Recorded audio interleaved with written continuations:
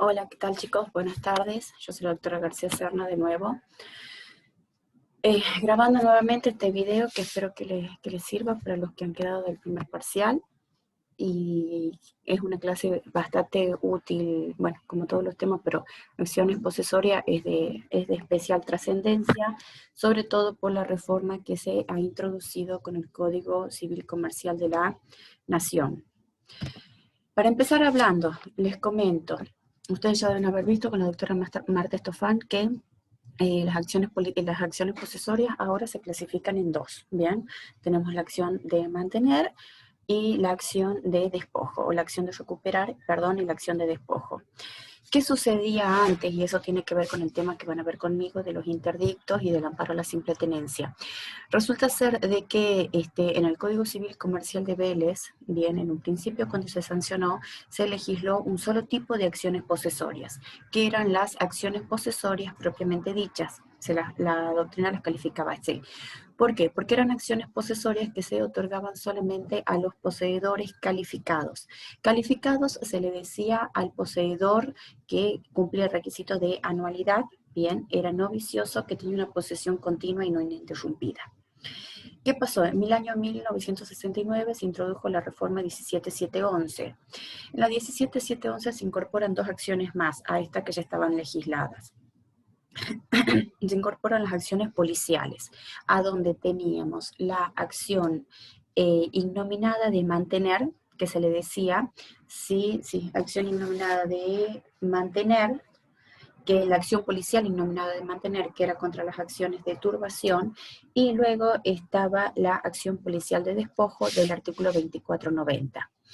¿Qué sucede? Estas acciones, las que se legislan después de la 17711, se decía que se protegía a todo tipo de poseedores, o sea, el poseedor anual no vicioso, al poseedor vicioso, o sea, y a los tenedores, bien, pero que tenían un interés en la cosa.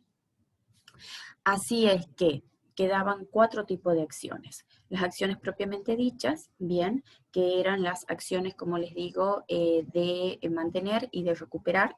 Y después quedaban las acciones para los poseedores calificados solamente, y quedaban las acciones policiales, bien, las cuales podían hacer usos todos, salvo los tenedores interesados, los tenedores que tenían un interés ajeno en la cosa, o los servidores de la posesión, bien, pero de ahí en más todo tipo de poseedor, sea vicioso, no vicioso, calificado, no calificado, y el tenedor interesado, así se le llamaba.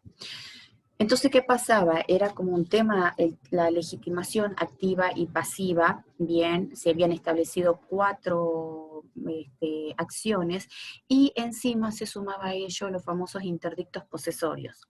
Los interdictos posesorios que estaban legislados en varios códigos, bien, de las provincias, códigos procesales, civil y comercial. Está legislado en el Código Procesal Civil y Comercial de la Nación, en el Código de Buenos Aires y también en la de otras provincias. Bien que no vale la pena tratarlo porque la verdad que es un tema grande. Pero ustedes tenían que saber que en estos códigos Procesal Civil y Comercial de la Nación y Código Procesal Civil y Comercial de Buenos Aires estaban legisladas las acciones de el interdicto de adquirir la posesión o la tenencia, el interdicto de recuperar, el interdicto de recuperar, el interdicto de turbación, bien, perdón, el interdicto de retener, el interdicto de recobrar y el interdicto de impedir una obra nueva.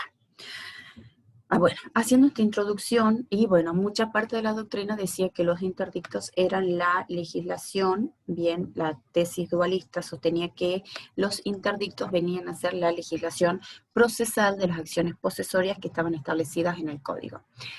Sin embargo, vemos que entremos primero, como les dije, ya les hice la introducción de las acciones posesorias. Ahora vamos, el primer tema es la acción para adquirir la posesión y la tenencia.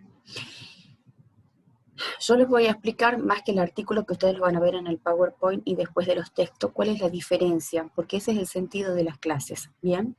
Ustedes ven que dice acción para adquirir la posesión y la tenencia, y esto está regulado dentro del capítulo de las acciones posesorias. Ya les digo específicamente. ¿Qué significa? Que se lo legisla como una acción posesoria dentro del Código Civil y Comercial de la Nación, cuando, a decir verdad, no es una acción posesoria. Bien. Entonces, esto está en el artículo 22, la acción, perdón, está en el artículo 2239, en el título 13, bien, en el título 13, en el capítulo 1. Primero dice las defensas de la posesión y la tenencia, cuáles son las finalidades de las acciones, que ustedes ya lo han visto con la doctora Estofán, y inmediatamente sigue la acción para adquirir la posesión y la tenencia. ¿Por qué recalco esto?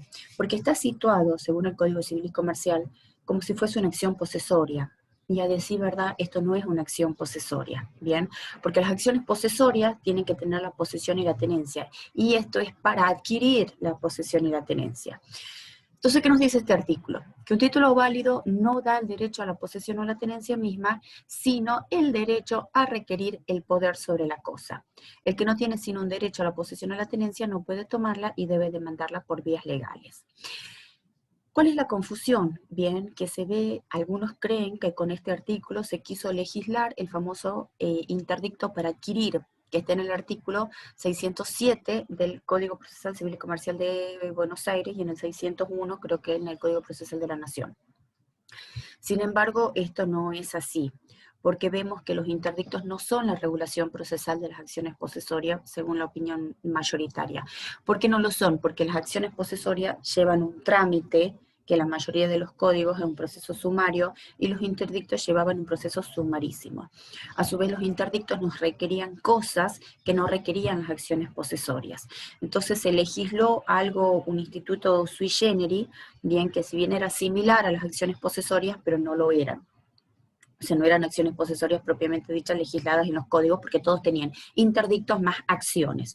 Entonces los interdictos no eran la regulación procesal de las acciones posesorias, porque para eso en los códigos procesales, los códigos de forma, se tuviese que ver tan solo legislado las acciones, los interdictos, y no las posesorias. Sin embargo, se legisló los dos. Y cuando yo les hago la diferencia, es importante, les pongo acá con verde, el código de Vélez. En este tema, chicos, es importante que lean Vélez. Bien, lo pueden sacar de internet o alguno que tenga un artículo viejo, porque pasó que en el parcial hay muchas cosas que se pueden estudiar del código actual, pero hay otras cosas que se debe leer Vélez para entenderle el significado de la reforma. Bien, acá dice, Vélez, un título válido no da derecho a la posesión de la cosa. No da derecho a la posesión de la cosa y no un título válido, perdón, no da un derecho a la posesión de la cosa y no a la posesión misma. Perdón, me parece que está mal puesto. Un título válido no da derecho, no da sino un derecho, perdón, a la posesión de la cosa, que es lo que ustedes vieron, derecho a la posesión, bien, y no a la posesión misma. El que no tiene un derecho a la posesión, y acá es importante, les recalco, que en caso de oposición, debe tomar la posesión, en caso de oposición, bien, para tomar la posesión debe demandarla por vías legales. Ustedes verán que el Código de Vélez, así como está estructurado, bien, decía, o sea, primero no decía acciones posesorias, esto no estaba legislado dentro de un capítulo propio de las acciones posesorias, sino que estaba dentro de lo que era la posesión en general. Es más, estaba dentro de los primeros artículos. ¿Cuál es la diferencia? Que en el Código Procesal Civil y Comercial de la Nación, como yo les digo, cuando se define las acciones posesorias y acciones reales, bien, comienza diciendo acción para adquirir la posesión y la tenencia. Ahí está el gran dilema, porque dice acción, bien, y en el Código de Vélez no decía acción, como yo les recalco. Es lo primero que ustedes tienen que notar y la importancia de esta norma. ¿Por qué? Porque cuando Vélez legisló esta norma, ¿qué es lo que se pensó? Que con esta norma lo que se quería evitar, así como viene del fundamento de las acciones posesorias, era hacer justicia por mano propia. Que el que no tenía sino un derecho a la posesión y no tenía la posesión misma, no, en caso de oposición, decía, en el caso que hubiese otra persona que le permite ingresar y tomar la posesión que le correspondía, no podía actuar de mano propia, si bien el código no lo dice, pero toda la doctrina ha interpretado esto. Bien, no podía actuar de mano propia, de propia autoridad, sino que debía demandarla por las vías legales. Bien, sin embargo, Vélez no decía que era una acción posesoria, ni tampoco que la vía legal para demandarla sea una acción posesoria. Bien, a diferencia de lo que dice el código.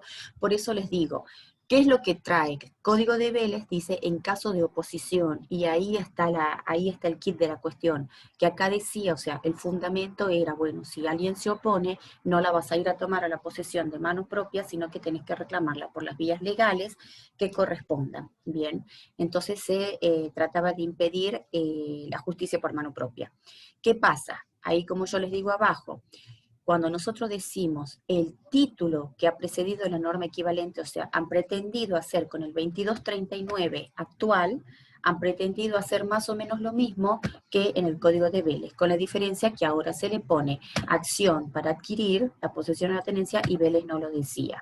Entonces, el 2239, bien, no tiene relación, a decir verdad, con el Código de Vélez. Se lo trató de poner igual, pero hubo una equivocación con respecto a la legislación, porque el Código de Vélez lo que sentaba era impedir la justicia por mano propia. Y en el caso de que hubiese alguna excepción, era la famosa defensa extrajudicial de la posesión del 2470 de antes, y que ustedes la tienen ahora en el 2240, pero que esa es otra cosa, es otra norma, otro tipo de regulación. Entonces, ¿por qué decimos que no puede ser una acción? Porque acá toda acción posesoria en el código actual efectivamente necesita de que haya posesión, bien para poder ejercer la acción. Que haya posesión, hablamos de relaciones de poder, a decir verdad. Pero yendo propiamente a las acciones posesorias, que para que haya una acción posesoria tiene que existir posesión, o sea, usando las disposiciones que trae el nuevo Código Civil y Comercial. Bien, entonces si no existió relación posesoria, relación de hecho con la cosa, bien, es imposible de hablar de posesión, de acción posesoria. Bien, porque no tiene posesión, entonces no tiene acciones posesorias. Entonces, ¿qué decía Hayton? Hayton decía que este interdicto para adquirir, que se encuentra en el procesal de la Nación, no realmente no es una verdadera acción posesoria, bien, ni es un verdadero interdicto posesorio. Ya vamos a pasar al interdicto propiamente dicho y ya van a ver por qué. Porque efectivamente, para defender la posesión hay que tenerla, bien. Entonces, ¿cuáles son las únicas acciones, bien, que se concebía en Vélez y que actualmente también pueden existir? Es que en el caso de que exista un título válido, como dice acá, ya sea que se haya transmitido, por ejemplo, una persona vende a otra, bien, un inmueble, lo vende por un boleto de compraventa que se hace escritura. Y esa posesión, digamos, o el que le vendió la cosa no se la quiere entregar, o directamente el que le vendió la cosa le vende una cosa ocupada, donde hay un usurpador o un ocupante que no le quiere entregar la cosa. O sea, ya sea un tercero o el obligado a entregarla no la quiere entregar. Entonces, en ese caso, ¿cuál será la vía legal para demandarla? Obviamente es una vía legal del tipo de las acciones personales, una vía de incumplimiento contractual. Incumplimiento contractual por no haber cumplido el requisito de la compraventa, que es uno entrega una cosa y el otro da un precio en dinero. Al haber incumplido una de las obligaciones, que es el de entregar la cosa, entonces efectivamente no se puede, entonces efectivamente nace esta acción por incumplimiento contractual. Pero es una acción, como ustedes conocen, que viene de los derechos personales, ¿bien? De los derechos obligacionales, o sea, en cuanto a la obligación de entregar la cosa que no se cumplió. Por eso dice Hayton, bien, que en este caso no participa ni el interdicto de adquirir, ni mucho menos esta acción del 2239 de lo que serían de las acciones posesorias propiamente dichas. Bien, sino esto va más bien por el lado de los derechos personales, del incumplimiento contractual y del incumplimiento de una obligación que se lo va a reclamar a través de un incumplimiento de contrato, o sea, otra vía procesal, que será en un juicio ordinario en este caso. Entonces, ahora, ¿qué más? Como les decía, Vélez, cuando lo legisló, apuntaba a evitar el recupero por motu propio, bien, prohibiendo así lo que era la justicia para mano propia. Ahora, yendo propiamente al interdicto para adquirir, ya nos vamos a poner esto un poquito más, el interdicto para adquirir que está en el artículo 607 del Código Procesal Civil y Comercial de la Nación, que es lo que nos dice, que para que proceda el interdicto de adquirir, primero hay que tener un título suficiente para adquirir la posesión o la tenencia, que ya sabemos que la posesión, según el código actual, no siempre necesita un título suficiente. Título suficiente será cuando sea una posesión legítima, que se acuerdan que hemos preguntado 1000 veces en el examen, es el ejercicio de un derecho real, o sea, yo ejerzo un derecho, el ejercicio de un derecho real o personal. Yo ejerzo un derecho sobre la cosa, pero ese derecho está constituido conforme a las disposiciones de la ley o las disposiciones que trae este código. ¿Qué significa? Que si yo ejerzo un derecho sobre la cosa, por ejemplo, un derecho de dominio, ese derecho de dominio está constituido conforme a las disposiciones del código, que como es una posesión sobre un inmueble, tiene que ser por escritura pública. Eso era, chicos, el ejercicio constituido conforme a las disposiciones del código. Entonces acá desde ya nos dice un título suficiente. Bien, o sea que, por ejemplo, quedaría fuera el que tiene justo título. Bien, porque la norma me habla específicamente de título suficiente y por supuesto también quedaría fuera el que tiene contrato de compraventa, ¿entienden? O sea, estaríamos hablando tan solo el que tiene para un inmueble una escritura pública y el que tiene para la tenencia un contrato de locación. Por eso dice que tengo un título suficiente, bien, con arreglo, para adquirir la posesión o la tenencia con arreglo de derecho. Y segundo, que nadie tenga título de dueño o usufructuario sobre la cosa que constituye el interdicto. Y ahí está la cosa, ahí está el kit de la cuestión, porque de nuevo trae la palabra título. Si nadie tiene título de dueño, bien, nosotros sabemos que por un lado los inmuebles nunca son sin dueño, porque los inmuebles constituyen a los particulares, que ya saben que por los particulares, por los principios generales que hemos estudiado el derecho al dominio, aunque no esté ejerciendo el dominio constantemente, se conserva solo ánimos, igual que la posesión. Bien, el dominio es perpetuo, el dominio se extingue y podrá extinguirse por expropiación, pero los inmuebles siempre pertenecen a alguien, será a un particular o pertenecerán al dominio público del Estado o al dominio privado del Estado. Entonces es imposible encontrar bien una cosa, objeto de este interdicto que no tenga dueño, una cosa inmueble, por ejemplo. Y si vamos que, por otro lado, sea, diga, bueno, hablemos de un inmueble, ahora hablemos de una cosa mueble. Ustedes saben que las cosas muebles sin dueños, ¿cómo se adquieren? Acabamos de rendir, por apropiación. Bien, entonces las cosas sin dueños, entonces digamos que siempre, o sea, era imposible cumplir el inciso 2 del artículo 607 del Código Procesal Civil y Comercial de la Nación, porque los muebles, si no tienen dueño, directamente lo vamos a adquirir por apropiación. Bien, no hace falta ir a un interdicto para adquirir una cosa mueble. Ojo, sacando todo el tema de lo que son ahora las cosas muebles registrables, que va por otro tema. Por eso le digo, estos interdictos se regularon mucho tiempo antes de la reforma de la 17711 y ahí quedaron. Después vamos a ver que ahora se trae una modificación, se está por modificar el Código Procesal Civil y Comercial de la Nación y el de Tucumán también. Es inminente ya la reforma. Y por otro lado decía que nadie sea poseedor o tenedor de la misma.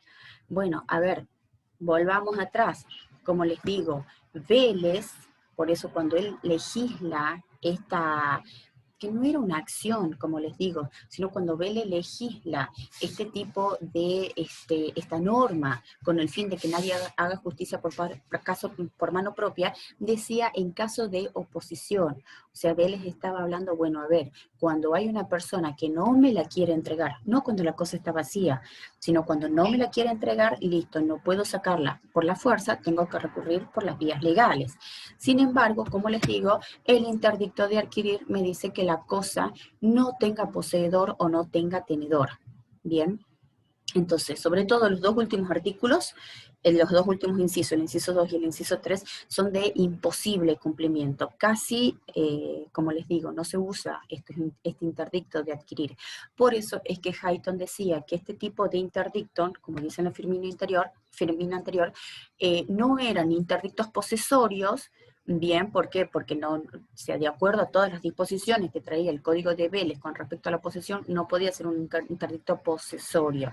Bien, porque como les digo, las cosas inmuebles siempre tenían dueño y eso viene desde Vélez, si no es propiedad privada, son propiedad del Estado, y por otro lado, como les digo, si se trata de cosas, eso es inmuebles, si se trata de cosas muebles, se adquieren por apropiación, se adquirían antes y se adquieren ahora también. Entonces, ¿qué es lo que tenemos que destacar? Bueno, es lo que les acabo de explicar. Bien, que este interdicto poco se usa, bien, y parte de la doctrina decía, bueno, a ver, no, los interdictos son la regulación de las acciones posesorias, sin embargo, no es así. Entonces, volviendo a la acción para adquirir, vamos, el que nunca ha tenido una posesión, la posesión de la cosa, bien, porque dice acción para adquirir la posesión de la tenencia, nunca ha tenido la posesión de la tenencia, por más que tenga un derecho, por más que tenga un título, bien, para requerir que se le entregue por vía judicial, no va a ser la vía judicial de las acciones posesorias ni de los interdictos, va a ser la acción de incumplimiento contractual, bien. Bueno, en el 2198 había un proyecto en el año 1998, bien de reforma del Código Civil, en donde ahí sí se legislaba la acción para adquirir la posesión de la tenencia. Por supuesto, ese proyecto nunca se aprobó, no es ley, pero bueno, por lo menos lo menciono, que ahí sí decía que se daba una acción que se debía tramitar por el proceso más ordinario, por el proceso de conocimiento más abreviado que prevea la ley. Pero bueno, el tema es que yendo a hoy, no se regula bien, o sea, se la pone a esta acción para adquirir la posesión o la tenencia dentro del título de acciones posesorias, bien, como les dije, dentro del título 13, capítulo 1, pero no se la legisla específicamente, bien, o sea, no se reguló una acción, perdón, está legislada porque está en el código, pero no se la reguló procesalmente como acción, a ver cuáles son los requisitos, el legitimado activo, el legitimado pasivo, la cosa que va a ser objeto de la acción, no se la reguló. Entonces, llevamos a que se va por acción de incumplimiento de contrato, bien, como les acabo de decir, o por una acción real reivindicatoria, que eso también ya lo deben haber visto con el doctor Pedro, que es que si la cosa se adquirió en el caso de un inmueble por escritura pública y no se le hizo entrega de la cosa, bien, el comprador por escritura, si va a tomar la cosa y esa cosa está ocupada por un poseedor, bien, puede ejercer una acción reivindicatoria. Ustedes ya saben que por la teoría del título y el modo, el dominio se adquiere para cuando se tiene título suficiente y modo suficiente, o sea, escritura pública más la tradición traslativa de dominio. Pero en el caso de que no se haya podido obtener la tradición, que no se le haya entregado la cosa y que tenga el título suficiente, bien, o sea, que tenga escritura, pero no se le haya entregado la cosa, se entiende y hace mucho tiempo que dentro de ese contrato de compra-venta y dentro de esa escritura pública de dominio, traslativa de dominio, hay una cesión tácita de las acciones reales. Entonces, si el que me vendió ya tenía bien la acción reivindicatoria, porque como les digo, tenía la posesión, tenía el título y tenía la posesión y de pronto viene y me vende el inmueble, pero resulta ser que el que estaba poseyendo por X motivo no se va, bien, o la persona que estaba ocupando el inmueble no se va, yo que vengo a adquirir esa escritura pública de dominio, pero no me pueden entregar la posesión, tengo la acción real reivindicatoria para reclamarla. Bien. Ahora vamos, que ya hicimos una introducción a los interdictos procesales. Como les dije, en Vélez se legislaban las acciones posesorias propiamente dichas, las acciones policiales, bien, la ignominada de mantener y la acción policial de despojo del 2490, bien, y también estaban los famosos interdictos procesales que se decía si eran o no la regulación de las acciones posesorias. Sin embargo, veamos someramente, porque esto, o sea, es para que lo sepan al tema en general, no es que se vaya a preguntar específicamente los interdictos, pero sí tienen que saber por lo menos del Código Procesal Civil y Comercial de la Nación y del Código Procesal Civil y Comercial de Buenos Aires. Del Código Procesal, que son los más importantes. Del Código Procesal, por más que, como les digo, hay otras provincias que los legislan, pero no vale la pena ahondar porque es un tema muy largo el que vemos hoy. Código Procesal Civil y Comercial de Buenos Aires dice que las clases de interdictos, bien, esto lo regula en el título 1, interdictos y acciones posesorias, ¿ven? Por un lado los interdictos y por el otro lado las acciones posesorias. O sea, no era que los interdictos eran la regulación de las acciones posesorias, si no, no se tuviese que regular acciones posesorias en los códigos procesales, solamente los interdictos. Pero no, acá se regulaban las dos cosas, el interdicto por un lado y las acciones posesorias por el otro.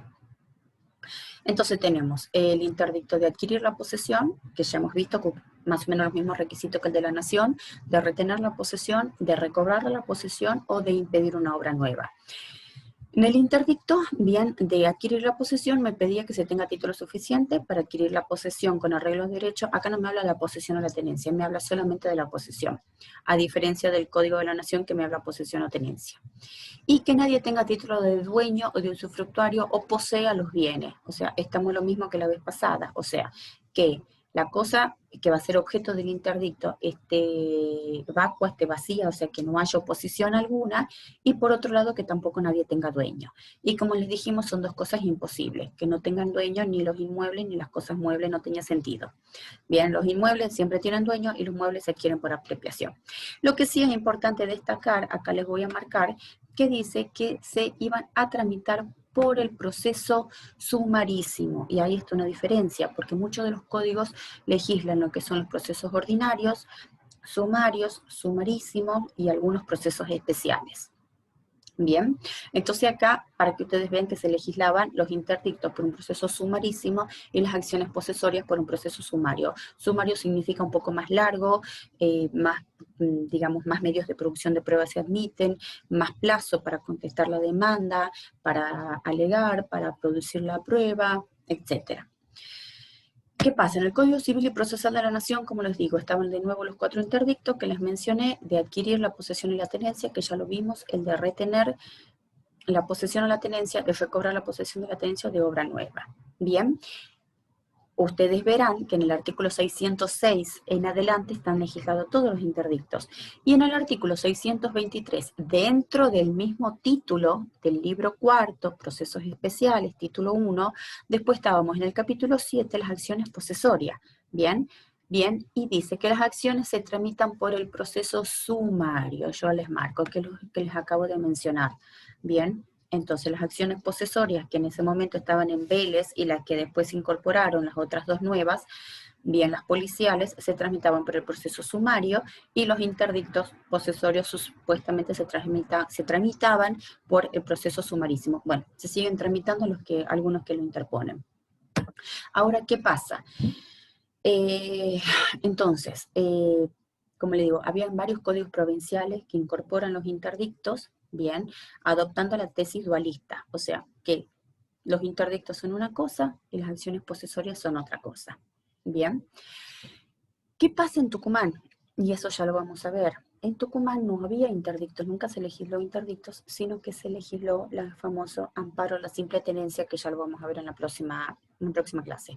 Amparo a la simple tenencia para aquellos casos en que la turbación, bien, necesite un accionar urgente. Y era la famosa denominada acción de tipo policial del 2469.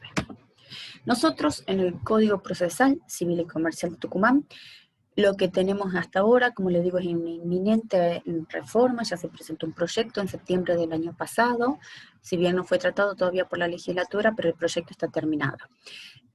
Hasta ahora, lo que nosotros tenemos es que las acciones posesorias se legislan a través del título quinto. Bien, ahí dice juicios especiales, dentro de los juicios especiales el capítulo 1, acciones posesorias. Y dice, las acciones posesorias que para este código, o sea, para el Código Procesal Civil y Comercial de Tucumán, no hay más acciones posesorias que las establecidas en el Código Civil, ateniéndonos al Código de Vélez, bien, las que se tramitarán de acuerdo a las siguientes reglas. O sea, es un proceso especial ni ordinario ni sumario, bien, de tipo contravencional, pero más acotado que el ordinario. ¿Qué sucede acá? Como ustedes verán, es muy nítida la postura del legislador de Tucumán, bien de los legisladores de Tucumán, decir que ellos no reconocen la existencia de los interdictos procesales. Por eso dice, para este código no hay más acciones procesales que las del Código Civil y Comercial, desconociendo totalmente bien la existencia o la regulación de los interdictos procesales que estaban en los otros códigos vigentes en aquel momento. La acción posesoria, se deduce la acción posesoria, se corre traslado, por ejemplo, por 5 días. Generalmente en los juicios ordinarios se corre traslado por 15 días, en un juicio sumario a veces se corre por 10 días. Acá es por 5 días. El demandante no sea persona contesta la demanda, no puede oponer pone las excepciones y las defensas que tenga, bien, pero no se pueden plantear cuestiones de previo especial pronunciamiento. El plazo para pruebas no será mayor de 20 días. Por ejemplo, en un proceso ordinario el plazo de prueba es de 40 días. Las pruebas se deben ofrecer dentro de los 5 días en las acciones posesorias. En un proceso ordinario las pruebas se ofrecen dentro de los 10 primeros días y se producen en los restantes. No hay plazo extraordinario de prueba. Ustedes saben que nuestro Código Procesal Civil y Comercial trae el artículo 310, que es cuando uno pide la ampliación del plazo de prueba, bien, porque no llega a producir pruebas en determinado tiempo. Entonces, como ven, es acotado. Son 20 días para producir la prueba, 5 días para ofrecerla y no hay ampliación del plazo. Las pruebas se ponen los autos para alegar por 3 días, generalmente son 5 en los procesos ordinarios, bien, y la sentencia es dictada en un término de 15 días, y solo la sentencia será apelable. ¿Qué significa? Ustedes, como les digo, ya muchos han pasado procesal, saben que muchas resoluciones, sentencias interlocutorias, mejor dicho, son apelables, bien, por el caso de que no se haga lugar a alguna prueba, en el caso de que no se admita, bueno, hay diferentes sentencias interlocutorias que son apelables, pero acá decía que solo la sentencia final es apelable, para no dilatarlo al proceso. Bien. Entonces, ¿quiénes podían entablar? Todos aquellos que se ven afectados con una turbación o con una desposesión, bien, y siempre y cuando ejerzan las acciones procesorias propiamente dichas, como le dije, de los poseedores anuales calificados, o ejerzan las acciones policiales que eran para todos los poseedores, viciosos y no viciosos, y para los tenedores interesados. Bien, siguiendo la normativa del Código Velesiano. Bueno, después sigue el amparo a la simple tenencia, pero eso lo vamos a dedicar una clase aparte. Entonces nos quedamos con esta idea de cómo es la regulación procesal, bien, de las acciones posesorias de nuestro código, cómo eran los interdictos, y la maldicha acción para adquirir la posesión o la tenencia.